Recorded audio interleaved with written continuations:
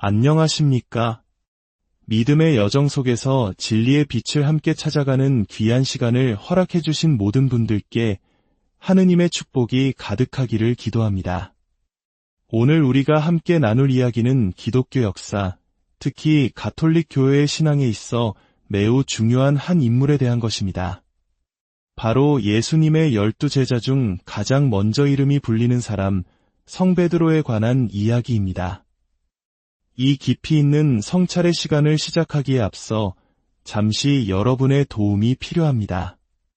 만약 오늘 우리의 이야기가 여러분의 마음에 울림을 준다면 구독과 알림 설정을 통해 이 영적인 여정에 동행해 주십시오. 또한 이 영상을 주변의 다른 형제자매님들과 공유해 주시는 것은 주님의 말씀을 더 널리 전하는 아름다운 선교의 실천이 될 것입니다. 이 나눔에 동참하시는 모든 분들께 주님의 은총이 함께 하시길 기원합니다. 자, 이제 성경 속으로 들어가 베드로 사도의 특별한 역할에 대한 비밀을 함께 풀어보겠습니다. 복음서를 읽어본 사람이라면 누구나 성 베드로가 제자들 가운데서 단연 돋보이는 인물이라는 것을 부정할 수 없을 것입니다. 그의 이름은 성경에 거의 200번 가까이 언급되는데 이는 다른 11명의 사도들을 모두 합친 것보다도 많은 횟수입니다. 예수님께서 변모산에 오르시거나 야이로의 딸을 살리시는 등 특별한 순간에는 언제나 베드로를 포함한 3명의 핵심 제자들을 데리고 가셨습니다. 또한 그는 12제자 그룹의 대변인 역할을 자주 맡았습니다. 많은 개신교 형제자매님들조차 베드로가 제자들 사이에서 비공식적인 리더, 일종의 조장과 같은 역할을 했다는 점은 기꺼이 인정합니다. 하지만 그들의 인정은 거기까지입니다. 그들은 예수님께서 베드로에게 공식적인 리더십, 즉 그를 초대 교황이라고 부를 수 있을 만한 직책을 부여하셨다는 가톨릭 교회의 가르침에는 동의하지 않습니다. 과연 진실은 무엇일까요? 오늘 우리는 대부분의 사람들이 미처 깨닫지 못했던 성경 속 깊은 의미를 탐구해보고자 합니다. 많은 이들은 베드로가 단순히 비공식적인 리더가 아니라 공식적인 지도자였다는 것을 확인하기 위해 예수님께서 다른 제자들에게는 주지 않으신 특별한 리더의 역할을 베드로에게만 부여하시는 장면을 보고 싶어 합니다. 자연스럽게 우리의 시선은 마테오 복음 16장의 유명한 구절로 향하게 됩니다. 예수님께서 카이사레아 필리피 지방에 이르셨을 때 제자들에게 물으셨습니다. 사람의 아들을 누구라고들 하느냐? 제자들이 대답했습니다. 어떤 이들은 세례자 요한, 어떤 이들은 엘리야, 또 어떤 이들은 예레미야나 예언자 가운데 한 분이라고 합니다. 예수님께서 다시 물으셨습니다. 그러면 너희는 나를 누구라고 하느냐? 그러자 시몬 베드로가 나서서 대답했습니다. 스승님은 살아계신 하느님의 아드님 그리스도이십니다. 그러자 예수님께서 그에게 말씀하셨습니다. 시몬 바르요나, 너는 행복하라. 살과 피가 아니라 하늘에 계신 내 아버지께서 그것을 너에게 알려주셨기 때문이다. 나 또한 너에게 말한다. 너는 베드로이다. 내가 이 반석 위에 내 교회를 세울 터인즉 저승의 세력도 그것을 이기지 못할 것이다. 또 나는 너에게 하늘 나라의 열쇠를 주겠다. 그러니 내가 무엇이든지 땅에서 매면 하늘에서도 매일 것이고 내가 무엇이든지 땅에서 풀면 하늘에서도 풀릴 것이다. 이 구절의 해석을 두고 가톨릭과 개신교 사이에는 오랜 논쟁이 있었습니다. 역사적으로 많은 개신교 신학자들은 예수님께서 교회를 세우시겠다고 한 반석이 베드로가 아니라고 주장해왔습니다. 그들은 그 반석이 예수님 자신 혹은 베드로의 신앙 고백 또는 예수님이 메시아라는 사실 그 자체라고 해석했습니다. 하지만 종교개혁 시대의 격정이 가라앉고 학자들이 좀 더 객관적인 시각으로 이 구절을 연구하기 시작하면서 최근에는 많은 개신교 학자들조차 예수님께서 바로 베드로를 반석으로 지칭하셨다는 점을 인정하기 시작했습니다.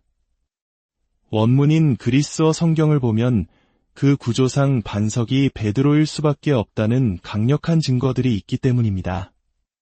예수님께서는 이름까지 바꿔주시며 너는 베드로이다. 내가 이 반석 위에 라고 말씀하십니다. 이는 명백한 지명입니다. 고대 사회에서 열쇠를 준다는 것은 단순히 문을 여는 도구를 주는 것이 아니었습니다. 그것은 왕국의 모든 권한을 위임하는 행위, 즉 총리 대신을 임명하는 것과 같은 의미였습니다.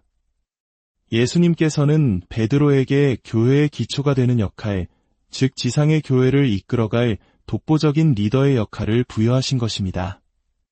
하지만 어떤 이들은 이렇게 반문할지도 모릅니다. 그 구절이 베드로에게 독특한 역할을 부여했다는 점은 어느 정도 인정합니다. 하지만 정말 중요한 가르침이라면 왜 다른 복음서에는 비슷한 내용이 나오지 않나요? 물론 성경의 어떤 가르침이 단 한 구절에만 나온다고 해서 우리가 그것을 거부할 수는 없습니다. 탕자의 비유가 루카 복음에만 나온다고 해서 양과 염소의 비유가 마테오 복음에만 나온다고 해서 우리가 그 가르침의 진실성을 의심하지는 않는 것처럼 말입니다. 하지만 주님께서 누가 너에게 1000걸음을 가자고 하거든 2000걸음을 가 주어라 라고 말씀하셨듯이 우리는 기꺼이 한 걸음 더 나아가 다른 복음서들이 무엇을 증언하는지 살펴보겠습니다. 이제 최후의 만찬이 있었던 밤 루카 복음 22장으로 가보겠습니다. 예수님께서 당신의 배반을 예고하신 직후 제자들 사이에서 흥미로운 일이 벌어집니다. 성경은 이렇게 기록합니다. 그들 가운데 누가 가장 큰 사람이냐 하는 문제로 그들 사이에 말다툼이 일어났다. 제자들은 예수님께서 곧 떠나실 것을 예감하고 그 이후에 서열 다툼을 시작한 것입니다. 이는 마치 우리 사회에서 리더의 부재를 앞두고 벌어지는 권력 다툼과도 비슷해 인간적인 나약함을 보여주는 장면입니다. 이때 예수님께서는 3단계에 걸쳐 이 문제를 해결하십니다. 이 3가지 말씀은 모두 끊기지 않고 이어지는 하나의 연설이며 누가 가장 위대한가? 라는 동일한 주제를 다루고 있습니다. 첫째, 예수님께서는 섬기는 리더십의 원칙을 가르치십니다. 민족들을 지배하는 임금들은 백성 위에 군림하고 권세를 부리는 자들은 은인으로 불린다. 그러나 너희는 그래서는 안 된다. 너희 가운데에서 가장 높은 사람은 가장 어린 사람처럼 되어야 하고 지도자는 섬기는 사람처럼 되어야 한다.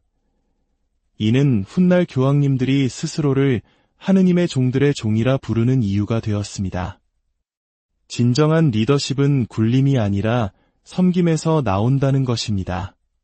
둘째, 예수님께서는 제자들 모두에게 위로와 확신을 주십니다. 너희는 내가 여러 가지 시련을 겪는 동안에 나와 함께 있어준 사람들이다. 내 아버지께서 나에게 나라를 주신 것처럼 나도 너희에게 나라를 준다. 그리하여 너희는 내 나라에서 내 상에 앉아 먹고 마시며 옥좌에 앉아 이스라엘의 12지파를 심판하게 될 것이다. 예수님께서는 섬기는 리더십을 설명하신 후 제자들 모두가 당신의 나라에서 중요한 위치를 차지할 것이라고 약속하십니다. 자, 이제 가장 중요한 3번째 말씀입니다. 예수님께서는 시몬 베드로에게로 직접 고개를 돌려 말씀하십니다. 시몬아, 시몬아, 보라, 사탄이 너희를 밀처럼 채질하겠다고 나섰다. 그러나 나는 너의 믿음이 꺼지지 않도록 너를 위하여 기도하였다.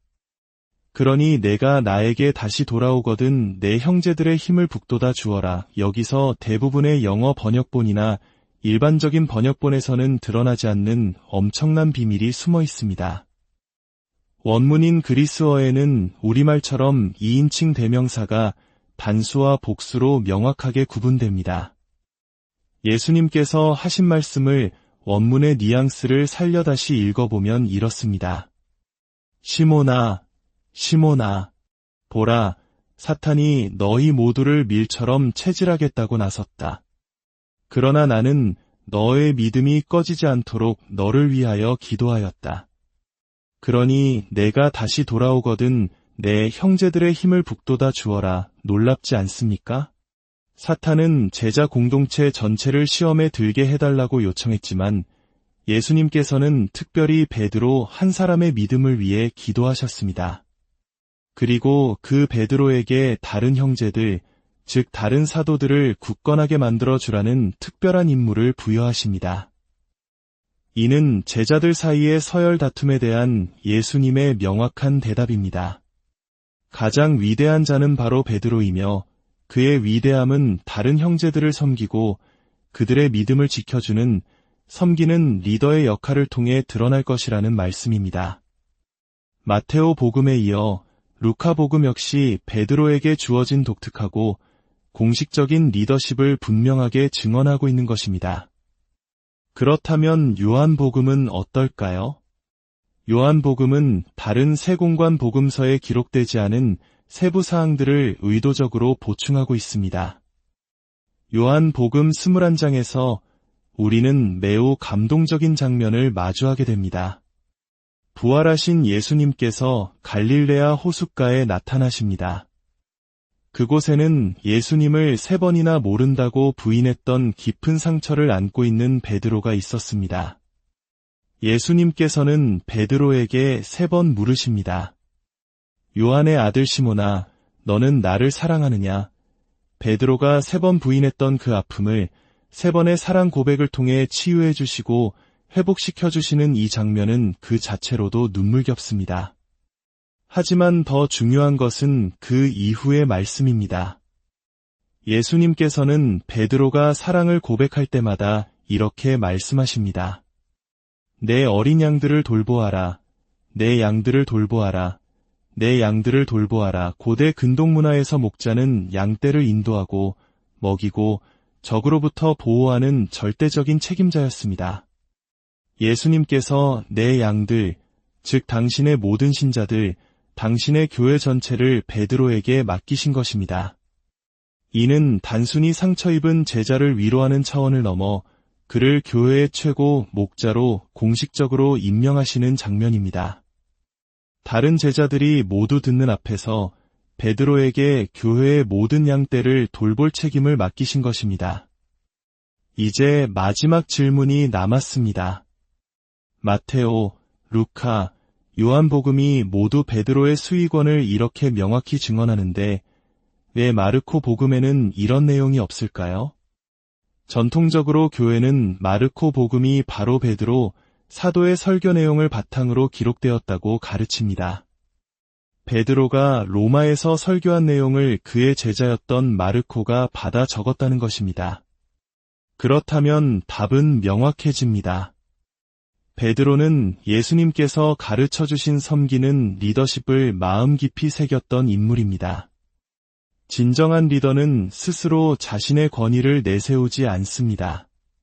끊임없이 내 권위를 존중해 라고 외치는 사람은 오히려 자신의 권위를 갉아먹는 법입니다. 베드로는 자신의 설교에서 예수님께서 자신에게 부여하신 특별한 권위를 자랑하거나 강조하지 않았습니다. 오히려 그는 겸손하게 자신을 낮추었습니다.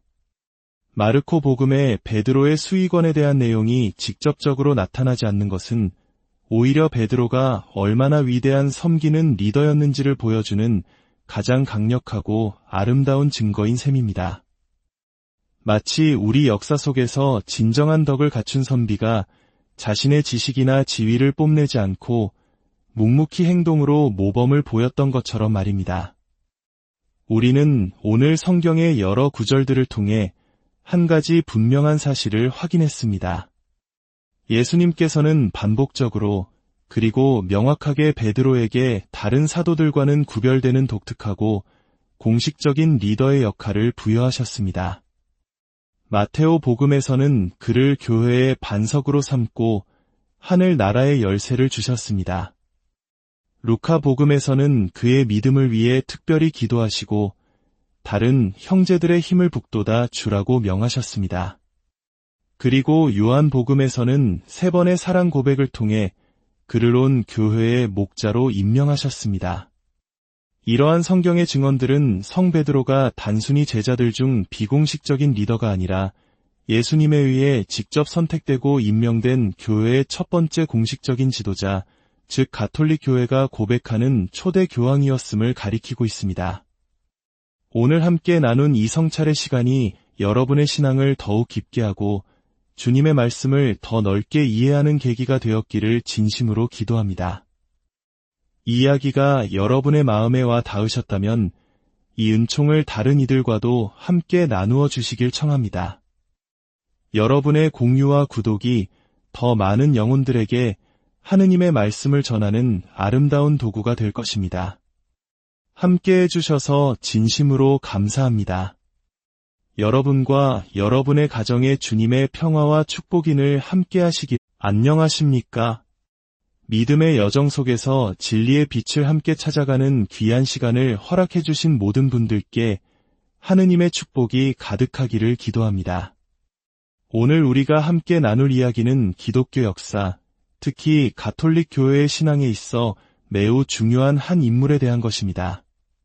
바로 예수님의 12제자 중 가장 먼저 이름이 불리는 사람, 성 베드로에 관한 이야기입니다.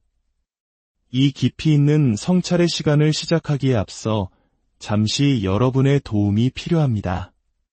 만약 오늘 우리의 이야기가 여러분의 마음에 울림을 준다면 구독과 알림 설정을 통해 이 영적인 여정에 동행해 주십시오. 또한 이 영상을 주변의 다른 형제자매님들과 공유해 주시는 것은 주님의 말씀을 더 널리 전하는 아름다운 선교의 실천이 될 것입니다. 이 나눔에 동참하시는 모든 분들께 주님의 은총이 함께 하시길 기원합니다. 자, 이제 성경 속으로 들어가 베드로 사도의 특별한 역할에 대한 비밀을 함께 풀어보겠습니다.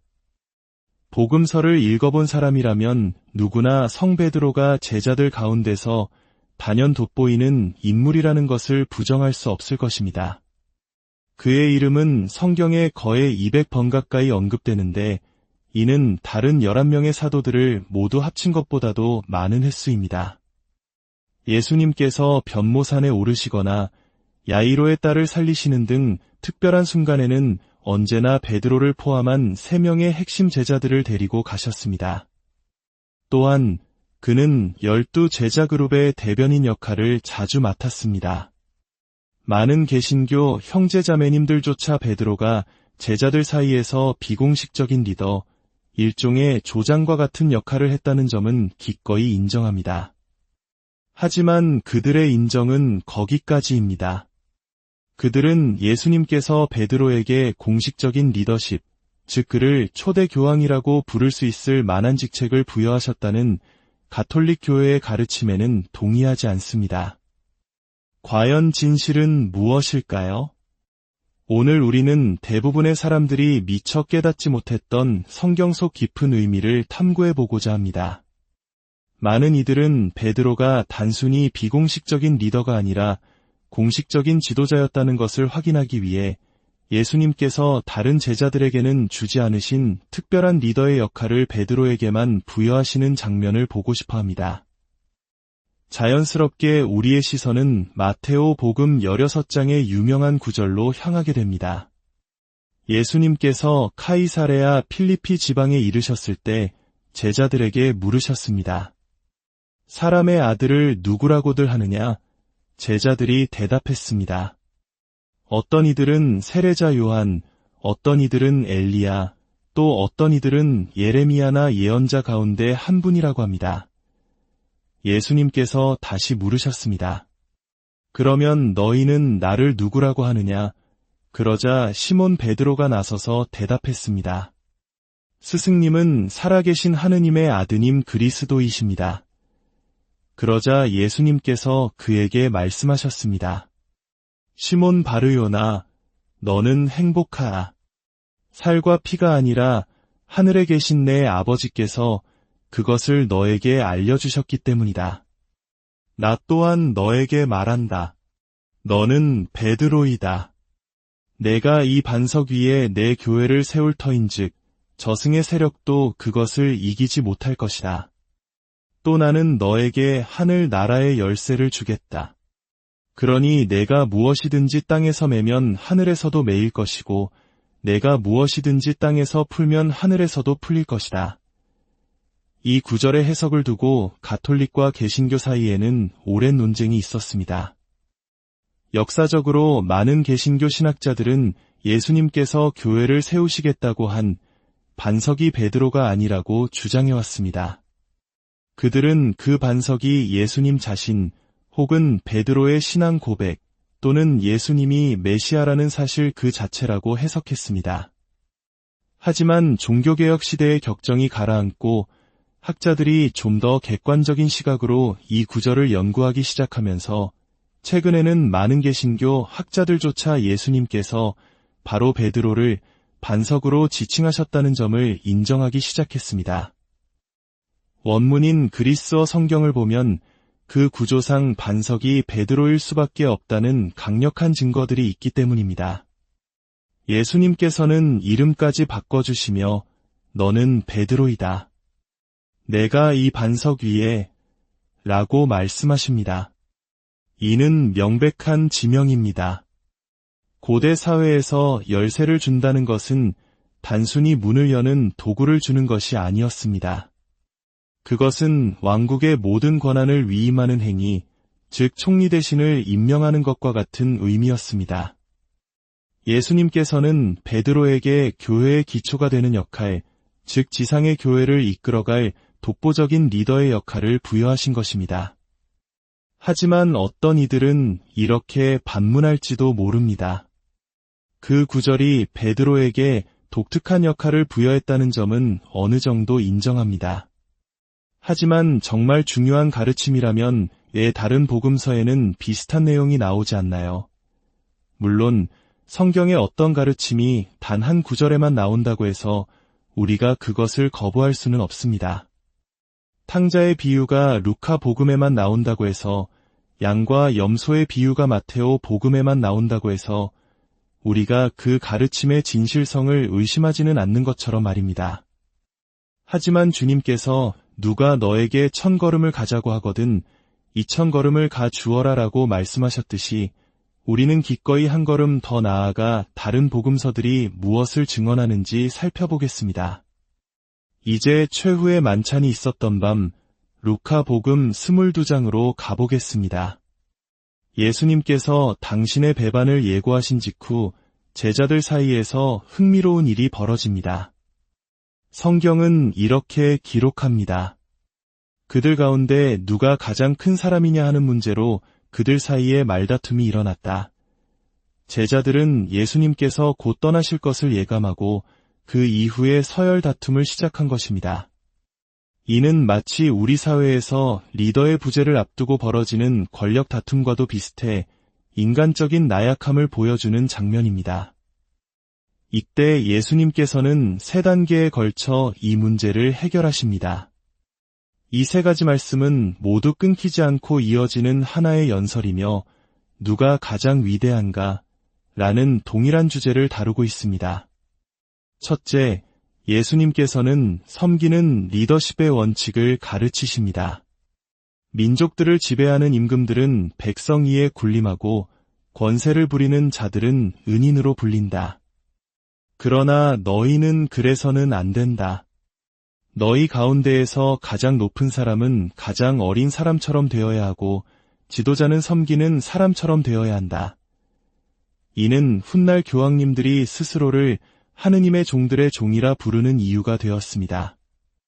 진정한 리더십은 굴림이 아니라 섬김에서 나온다는 것입니다. 둘째, 예수님께서는 제자들 모두에게 위로와 확신을 주십니다. 너희는 내가 여러 가지 시련을 겪는 동안에 나와 함께 있어준 사람들이다. 내 아버지께서 나에게 나라를 주신 것처럼 나도 너희에게 나라를 준다. 그리하여 너희는 내 나라에서 내 상에 앉아 먹고 마시며 옥좌에 앉아 이스라엘의 12지파를 심판하게 될 것이다. 예수님께서는 섬기는 리더십을 설명하신 후 제자들 모두가 당신의 나라에서 중요한 위치를 차지할 것이라고 약속하십니다. 자, 이제 가장 중요한 세 번째 말씀입니다. 예수님께서는 시몬 베드로에게로 직접 고개를 돌려 말씀하십니다. 시몬아, 시몬아, 보라, 사탄이 너희를 밀처럼 채질하겠다고 나섰다. 그러나 나는 너의 믿음이 꺼지지 않도록 너를 위하여 기도하였다. 그러니 내가 나에게 다시 돌아오거든 내 형제들의 힘을 북돋아 주어라. 여기서 대부분의 영어 번역본이나 일반적인 번역본에서는 드러나지 않는 엄청난 비밀이 숨어 있습니다. 원문인 그리스어에는 우리말처럼 2인칭 대명사가 단수와 복수로 명확하게 구분됩니다.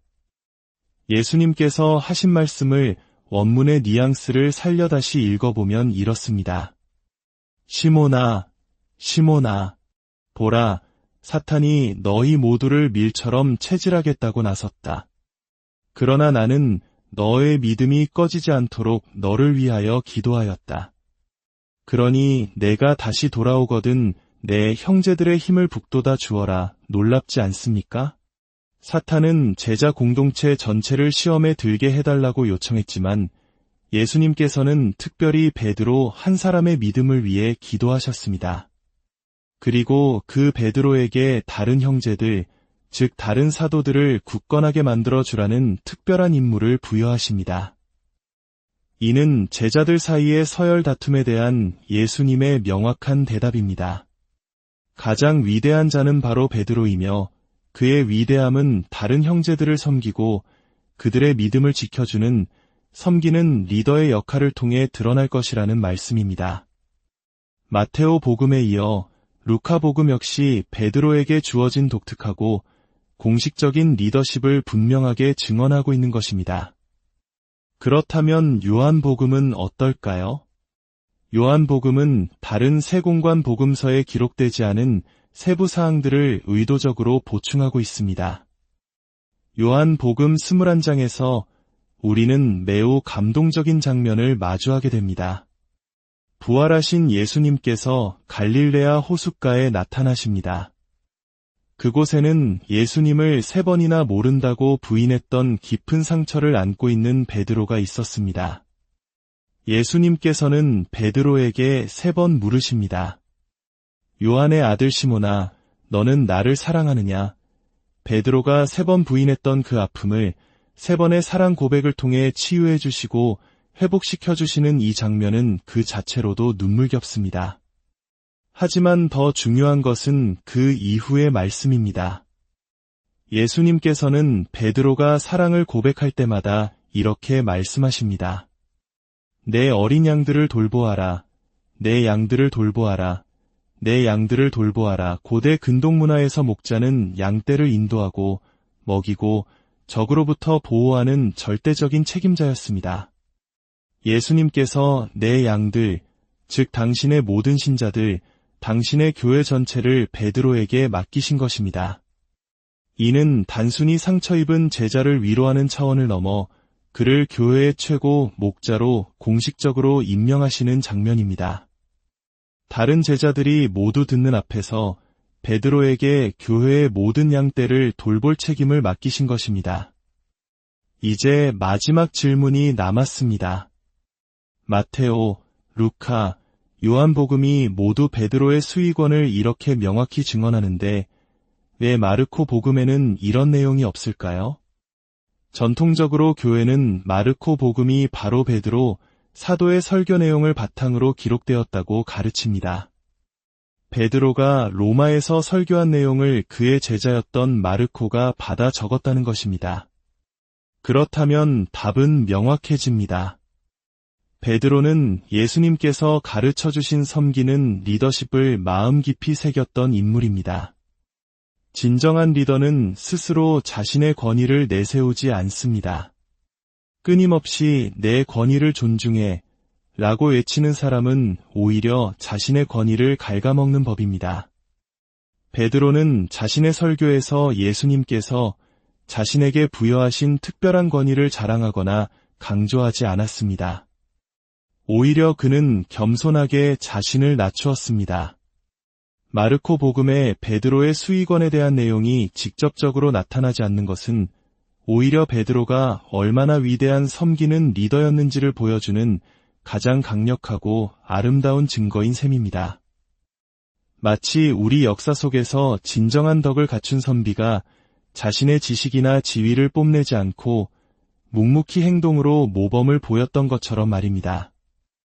우리는 오늘 성경의 여러 구절들을 통해 한 가지 분명한 사실을 확인했습니다.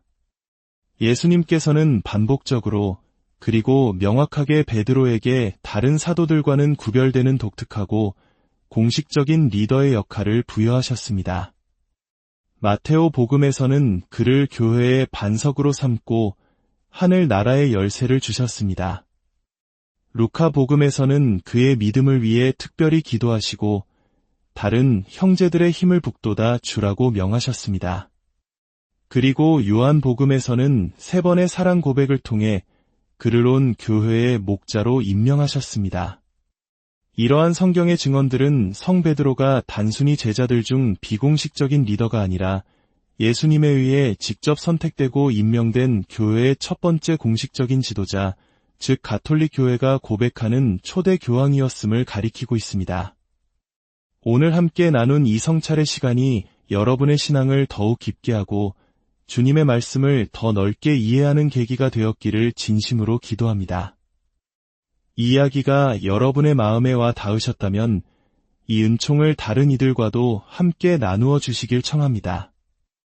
여러분의 공유와 구독이 더 많은 영혼들에게 하느님의 말씀을 전하는 아름다운 도구가 될 것입니다. 함께 해주셔서 진심으로 감사합니다.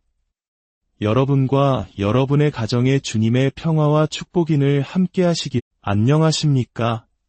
믿음의 여정 속에서 진리의 빛을 함께 찾아가는 귀한 시간을 허락해 주신 모든 분들께 하느님의 축복이 가득하기를 기도합니다. 오늘 우리가 함께 나눌 이야기는 기독교 역사, 특히 가톨릭 교회의 신앙에 있어 매우 중요한 한 인물에 대한 것입니다.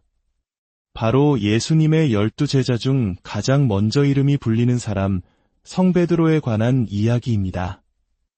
이 깊이 있는 성찰의 시간을 시작하기에 앞서 잠시 여러분의 도움이 필요합니다. 만약 오늘 우리의 이야기가 여러분의 마음에 울림을 준다면 구독과 알림 설정을 통해 이 영적인 여정에 동행해 주십시오. 또한 이 영상을 주변의 다른 형제자매님들과 공유해 주시는 것은 주님의 말씀을 더 널리 전하는 아름다운 선교의 실천이 될 것입니다. 이 나눔에 동참하시는 모든 분들께 주님의 은총이 함께 하시길 기원합니다. 자, 이제 성경 속으로 들어가 베드로 사도의 특별한 역할에 대한 비밀을 함께 풀어보겠습니다. 복음서를 읽어본 사람이라면 누구나 성 베드로가 제자들 가운데서 단연 돋보이는 인물이라는 것을 부정할 수 없을 것입니다.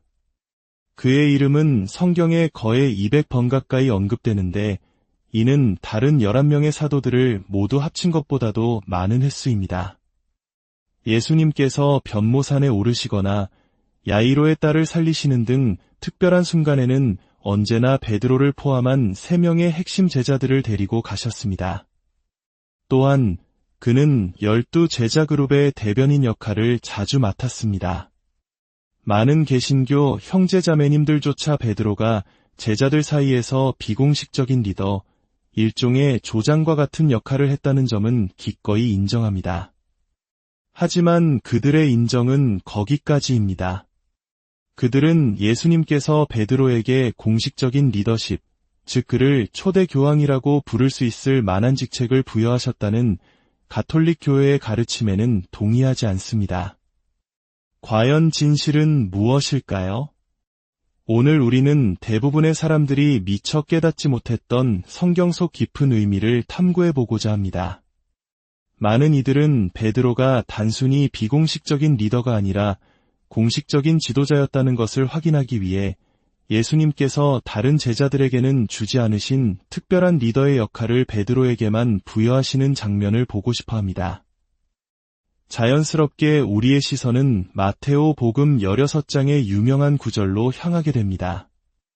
예수님께서 카이사레아 필리피 지방에 이르셨을 때 제자들에게 물으셨습니다. 사람의 아들을 누구라고들 하느냐? 제자들이 대답했습니다. 어떤 이들은 세례자 요한, 어떤 이들은 엘리야, 또 어떤 이들은 예레미야나 예언자 가운데 한 분이라고 합니다. 예수님께서 다시 물으셨습니다. 그러면 너희는 나를 누구라고 하느냐? 그러자 시몬 베드로가 나서서 대답했습니다. 스승님은 살아계신 하느님의 아드님 그리스도이십니다. 그러자 예수님께서 그에게 말씀하셨습니다. 시몬 바르요나, 너는 행복하라. 살과 피가 아니라 하늘에 계신 내 아버지께서 그것을 너에게 알려주셨기 때문이다. 나 또한 너에게 말한다. 너는 베드로이다. 내가 이 반석 위에 내 교회를 세울 터인즉 저승의 세력도 그것을 이기지 못할 것이다. 또 나는 너에게 하늘 나라의 열쇠를 주겠다. 그러니 내가 무엇이든지 땅에서 매면 하늘에서도 매일 것이고 내가 무엇이든지 땅에서 풀면 하늘에서도 풀릴 것이다. 이 구절의 해석을 두고 가톨릭과 개신교 사이에는 오랜 논쟁이 있었습니다. 역사적으로 많은 개신교 신학자들은 예수님께서 교회를 세우시겠다고 한 반석이 베드로가 아니라고 주장해왔습니다. 그들은 그 반석이 예수님 자신 혹은 베드로의 신앙 고백 또는 예수님이 메시아라는 사실 그 자체라고 해석했습니다. 하지만 종교개혁 시대의 격정이 가라앉고 학자들이 좀 더 객관적인 시각으로 이 구절을 연구하기 시작하면서 최근에는 많은 개신교 학자들조차 예수님께서 바로 베드로를 반석으로 지칭하셨다는 점을 인정하기 시작했습니다. 원문인 그리스어 성경을 보면 그 구조상 반석이 베드로일 수밖에 없다는 강력한 증거들이 있기 때문입니다. 예수님께서는 이름까지 바꿔주시며 너는 베드로이다. 내가 이 반석 위에 라고 말씀하십니다. 이는 명백한 지명입니다. 고대 사회에서 열쇠를 준다는 것은 단순히 문을 여는 도구를 주는 것이 아니었습니다. 그것은 왕국의 모든 권한을 위임하는 행위, 즉 총리 대신을 임명하는 것과 같은 의미였습니다. 예수님께서는 베드로에게 교회의 기초가 되는 역할, 즉 지상의 교회를 이끌어갈 독보적인 리더의 역할을 부여하신 것입니다. 하지만 어떤 이들은 이렇게 반문할지도 모릅니다. 그 구절이 베드로에게 독특한 역할을 부여했다는 점은 어느 정도 인정합니다. 하지만 정말 중요한 가르침이라면 왜 다른 복음서에는 비슷한 내용이 나오지 않나요? 물론 성경의 어떤 가르침이 단 한 구절에만 나온다고 해서 우리가 그것을 거부할 수는 없습니다. 탕자의 비유가 루카 복음에만 나온다고 해서 양과 염소의 비유가 마테오 복음에만 나온다고 해서 우리가 그 가르침의 진실성을 의심하지는 않는 것처럼 말입니다. 하지만 주님께서 누가 너에게 1000걸음을 가자고 하거든 2000걸음을 가 주어라라고 말씀하셨듯이 우리는 기꺼이 한 걸음 더 나아가 다른 복음서들이 무엇을 증언하는지 살펴보겠습니다. 이제 최후의 만찬이 있었던 밤 루카 복음 22장으로 가보겠습니다. 예수님께서 당신의 배반을 예고하신 직후 제자들 사이에서 흥미로운 일이 벌어집니다. 성경은 이렇게 기록합니다. 그들 가운데 누가 가장 큰 사람이냐 하는 문제로 그들 사이에 말다툼이 일어났다. 제자들은 예수님께서 곧 떠나실 것을 예감하고 그 이후에 서열 다툼을 시작한 것입니다. 이는 마치 우리 사회에서 리더의 부재를 앞두고 벌어지는 권력 다툼과도 비슷해 인간적인 나약함을 보여주는 장면입니다.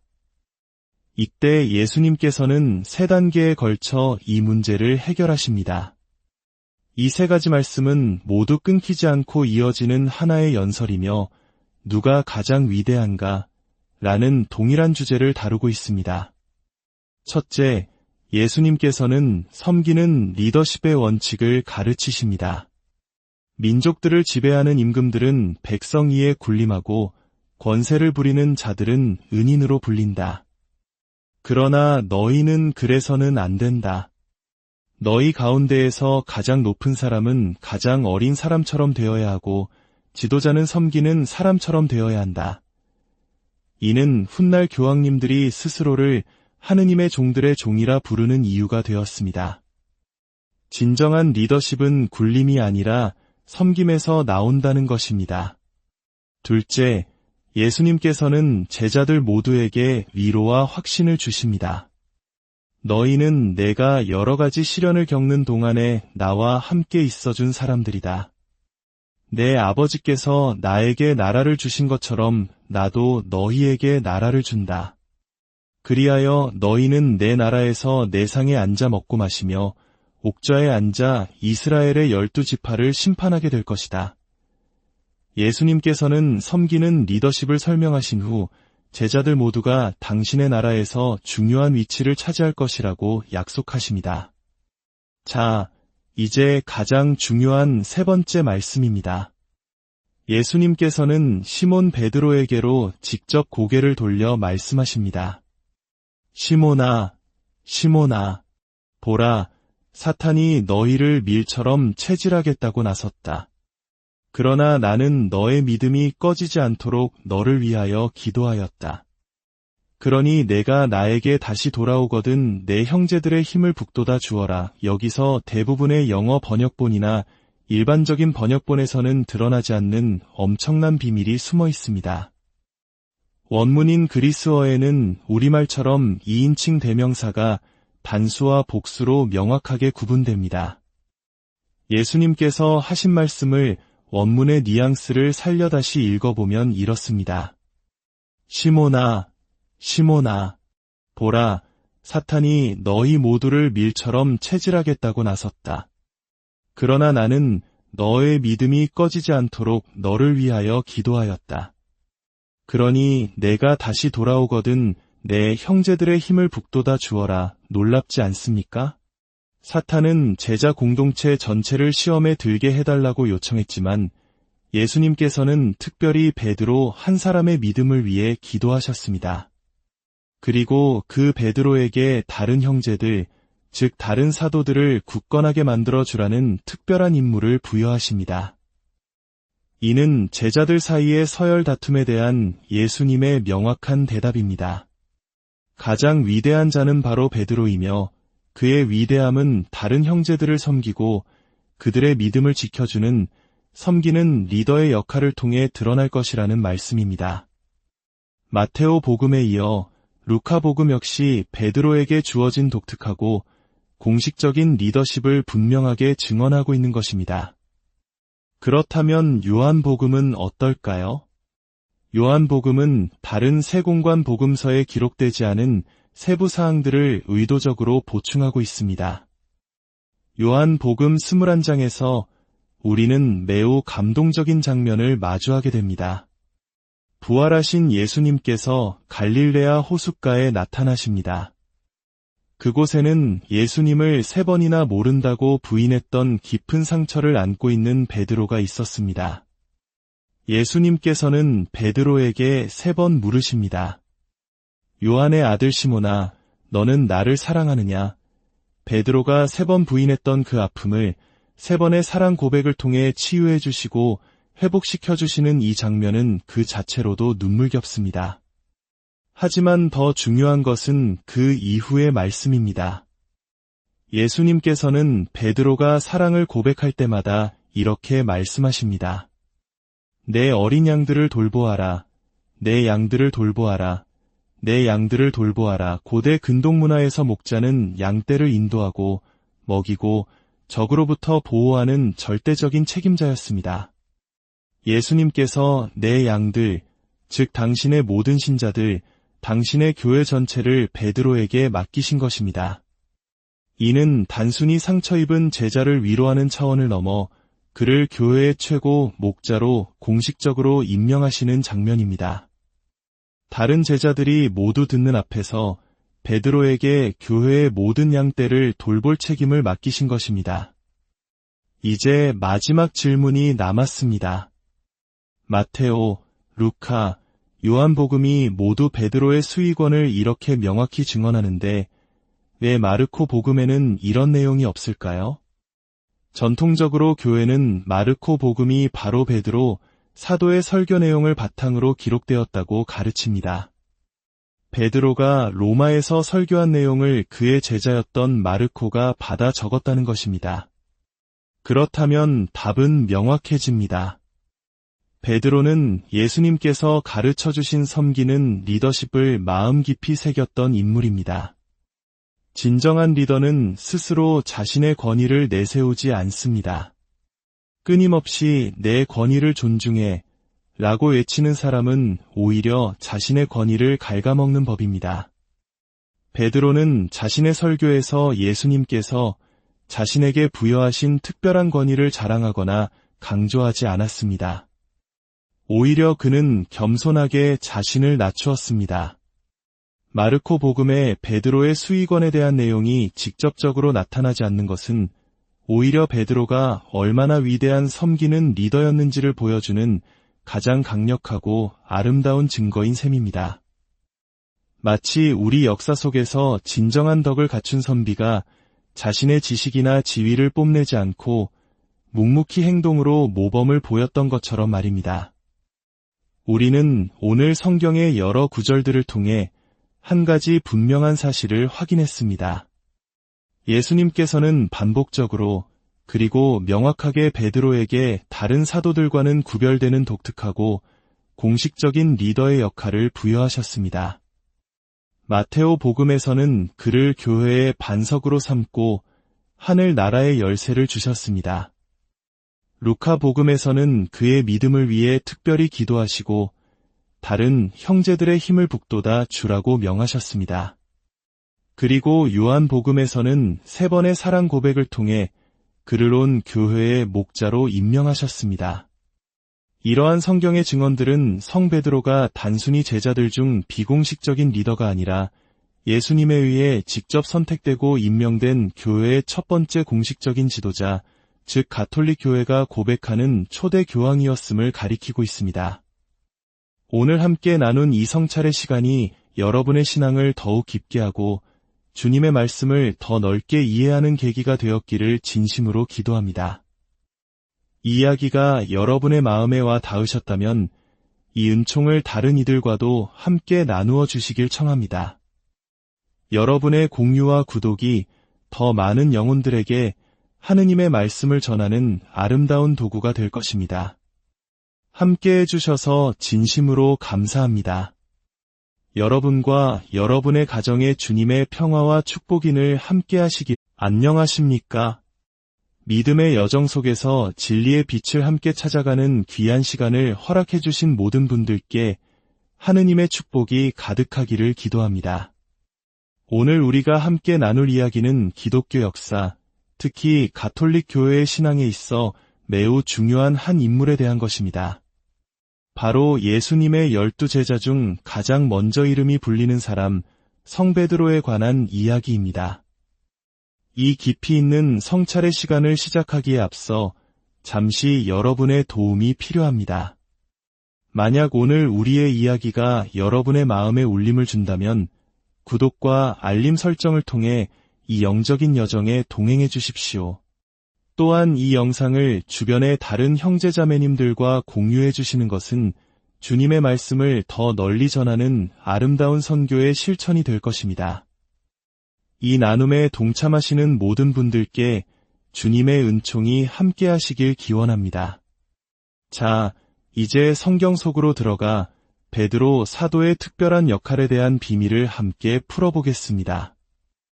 복음서를 읽어본 사람이라면 누구나 성 베드로가 제자들 가운데서 단연 돋보이는 인물이라는 것을 부정할 수 없을 것입니다. 그의 이름은 성경에 거의 200번 가까이 언급되는데 이는 다른 11명의 사도들을 모두 합친 것보다도 많은 횟수입니다. 예수님께서 변모산에 오르시거나 야이로의 딸을 살리시는 등 특별한 순간에는 언제나 베드로를 포함한 3명의 핵심 제자들을 데리고 가셨습니다. 또한 그는 12제자 그룹의 대변인 역할을 자주 맡았습니다. 많은 개신교 형제자매님들조차 베드로가 제자들 사이에서 비공식적인 리더, 일종의 조장과 같은 역할을 했다는 점은 기꺼이 인정합니다. 하지만 그들의 인정은 거기까지입니다. 그들은 예수님께서 베드로에게 공식적인 리더십, 즉 그를 초대 교황이라고 부를 수 있을 만한 직책을 부여하셨다는 가톨릭 교회의 가르침에는 동의하지 않습니다. 과연 진실은 무엇일까요? 오늘 우리는 대부분의 사람들이 미처 깨닫지 못했던 성경 속 깊은 의미를 탐구해보고자 합니다. 많은 이들은 베드로가 단순히 비공식적인 리더가 아니라 공식적인 지도자였다는 것을 확인하기 위해 예수님께서 다른 제자들에게는 주지 않으신 특별한 리더의 역할을 베드로에게만 부여하시는 장면을 보고 싶어 합니다. 자연스럽게 우리의 시선은 마테오 복음 16장의 유명한 구절로 향하게 됩니다. 예수님께서 카이사레아 필리피 지방에 이르셨을 때 제자들에게 물으셨습니다. 사람의 아들을 누구라고들 하느냐? 제자들이 대답했습니다. 어떤 이들은 세례자 요한, 어떤 이들은 엘리야, 또 어떤 이들은 예레미야나 예언자 가운데 한 분이라고 합니다. 예수님께서 다시 물으셨습니다. 그러면 너희는 나를 누구라고 하느냐? 그러자 시몬 베드로가 나서서 대답했습니다. 스승님은 살아계신 하느님의 아드님 그리스도이십니다. 그러자 예수님께서 그에게 말씀하셨습니다. 시몬 바르요나, 너는 행복하라. 살과 피가 아니라 하늘에 계신 내 아버지께서 그것을 너에게 알려주셨기 때문이다. 나 또한 너에게 말한다. 너는 베드로이다. 내가 이 반석 위에 내 교회를 세울 터인즉 저승의 세력도 그것을 이기지 못할 것이다. 또 나는 너에게 하늘 나라의 열쇠를 주겠다. 그러니 내가 무엇이든지 땅에서 매면 하늘에서도 매일 것이고 내가 무엇이든지 땅에서 풀면 하늘에서도 풀릴 것이다. 이 구절의 해석을 두고 가톨릭과 개신교 사이에는 오랜 논쟁이 있었습니다. 역사적으로 많은 개신교 신학자들은 예수님께서 교회를 세우시겠다고 한 반석이 베드로가 아니라고 주장해왔습니다. 그들은 그 반석이 예수님 자신 혹은 베드로의 신앙 고백 또는 예수님이 메시아라는 사실 그 자체라고 해석했습니다. 하지만 종교개혁 시대의 격정이 가라앉고 학자들이 좀 더 객관적인 시각으로 이 구절을 연구하기 시작하면서 최근에는 많은 개신교 학자들조차 예수님께서 바로 베드로를 반석으로 지칭하셨다는 점을 인정하기 시작했습니다. 원문인 그리스어 성경을 보면 그 구조상 반석이 베드로일 수밖에 없다는 강력한 증거들이 있기 때문입니다. 예수님께서는 이름까지 바꿔주시며 너는 베드로이다. 내가 이 반석 위에 라고 말씀하십니다. 이는 명백한 지명입니다. 고대 사회에서 열쇠를 준다는 것은 단순히 문을 여는 도구를 주는 것이 아니었습니다. 그것은 왕국의 모든 권한을 위임하는 행위, 즉 총리 대신을 임명하는 것과 같은 의미였습니다. 예수님께서는 베드로에게 교회의 기초가 되는 역할, 즉 지상의 교회를 이끌어갈 독보적인 리더의 역할을 부여하신 것입니다. 하지만 어떤 이들은 이렇게 반문할지도 모릅니다. 그 구절이 베드로에게 독특한 역할을 부여했다는 점은 어느 정도 인정합니다. 하지만 정말 중요한 가르침이라면 왜 다른 복음서에는 비슷한 내용이 나오지 않나요? 물론 성경의 어떤 가르침이 단 한 구절에만 나온다고 해서 우리가 그것을 거부할 수는 없습니다. 탕자의 비유가 루카 복음에만 나온다고 해서 양과 염소의 비유가 마테오 복음에만 나온다고 해서 우리가 그 가르침의 진실성을 의심하지는 않는 것처럼 말입니다. 하지만 주님께서 누가 너에게 1000걸음을 가자고 하거든 2000걸음을 가 주어라라고 말씀하셨듯이 우리는 기꺼이 한 걸음 더 나아가 다른 복음서들이 무엇을 증언하는지 살펴보겠습니다. 이제 최후의 만찬이 있었던 밤 루카 복음 22장으로 가보겠습니다. 예수님께서 당신의 배반을 예고하신 직후 제자들 사이에서 흥미로운 일이 벌어집니다. 성경은 이렇게 기록합니다. 그들 가운데 누가 가장 큰 사람이냐 하는 문제로 그들 사이에 말다툼이 일어났다. 제자들은 예수님께서 곧 떠나실 것을 예감하고 그 이후에 서열 다툼을 시작한 것입니다. 이는 마치 우리 사회에서 리더의 부재를 앞두고 벌어지는 권력 다툼과도 비슷해 인간적인 나약함을 보여주는 장면입니다. 이때 예수님께서는 3단계에 걸쳐 이 문제를 해결하십니다. 이 3가지 말씀은 모두 끊기지 않고 이어지는 하나의 연설이며 누가 가장 위대한가? 라는 동일한 주제를 다루고 있습니다. 첫째, 예수님께서는 섬기는 리더십의 원칙을 가르치십니다. 민족들을 지배하는 임금들은 백성 위에 군림하고 권세를 부리는 자들은 은인으로 불린다. 그러나 너희는 그래서는 안 된다. 너희 가운데에서 가장 높은 사람은 가장 어린 사람처럼 되어야 하고 지도자는 섬기는 사람처럼 되어야 한다. 이는 훗날 교황님들이 스스로를 하느님의 종들의 종이라 부르는 이유가 되었습니다. 진정한 리더십은 굴림이 아니라 섬김에서 나온다는 것입니다. 둘째, 예수님께서는 제자들 모두에게 위로와 확신을 주십니다. 너희는 내가 여러 가지 시련을 겪는 동안에 나와 함께 있어준 사람들이다. 내 아버지께서 나에게 나라를 주신 것처럼 나도 너희에게 나라를 준다. 그리하여 너희는 내 나라에서 내 상에 앉아 먹고 마시며 옥좌에 앉아 이스라엘의 12지파를 심판하게 될 것이다. 예수님께서는 섬기는 리더십을 설명하신 후 제자들 모두가 당신의 나라에서 중요한 위치를 차지할 것이라고 약속하십니다. 자, 이제 가장 중요한 3번째 말씀입니다. 예수님께서는 시몬 베드로에게로 직접 고개를 돌려 말씀하십니다. 시몬아, 시몬아, 보라, 사탄이 너희를 밀처럼 채질하겠다고 나섰다. 그러나 나는 너의 믿음이 꺼지지 않도록 너를 위하여 기도하였다. 그러니 내가 나에게 다시 돌아오거든 내 형제들의 힘을 북돋아 주어라. 여기서 대부분의 영어 번역본이나 일반적인 번역본에서는 드러나지 않는 엄청난 비밀이 숨어 있습니다. 원문인 그리스어에는 우리말처럼 2인칭 대명사가 단수와 복수로 명확하게 구분됩니다. 예수님께서 하신 말씀을 원문의 뉘앙스를 살려 다시 읽어보면 이렇습니다.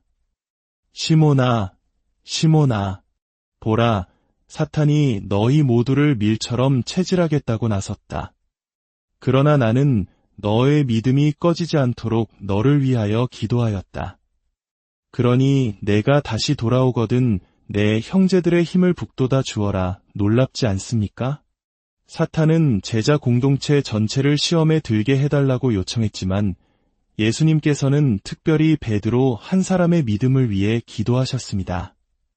그리고 그 베드로에게 다른 형제들, 즉 다른 사도들을 굳건하게 만들어 주라는 특별한 임무를 부여하십니다. 이는 제자들 사이의 서열 다툼에 대한 예수님의 명확한 대답입니다. 가장 위대한 자는 바로 베드로이며 그의 위대함은 다른 형제들을 섬기고 그들의 믿음을 지켜주는 섬기는 리더의 역할을 통해 드러날 것이라는 말씀입니다. 마테오 복음에 이어 루카 복음 역시 베드로에게 주어진 독특하고 공식적인 리더십을 분명하게 증언하고 있는 것입니다. 그렇다면 요한 복음은 어떨까요? 요한 복음은 다른 세 공관 복음서에 기록되지 않은 세부 사항들을 의도적으로 보충하고 있습니다. 요한 복음 21장에서 우리는 매우 감동적인 장면을 마주하게 됩니다. 부활하신 예수님께서 갈릴레아 호숫가에 나타나십니다. 그곳에는 예수님을 3번이나 모른다고 부인했던 깊은 상처를 안고 있는 베드로가 있었습니다. 예수님께서는 베드로에게 3번 물으십니다. 요한의 아들 시몬아, 너는 나를 사랑하느냐? 베드로가 3번 부인했던 그 아픔을 3번의 사랑 고백을 통해 치유해 주시고 회복시켜 주시는 이 장면은 그 자체로도 눈물겹습니다. 하지만 더 중요한 것은 그 이후의 말씀입니다. 예수님께서는 베드로가 사랑을 고백할 때마다 이렇게 말씀하십니다. 내 어린 양들을 돌보아라.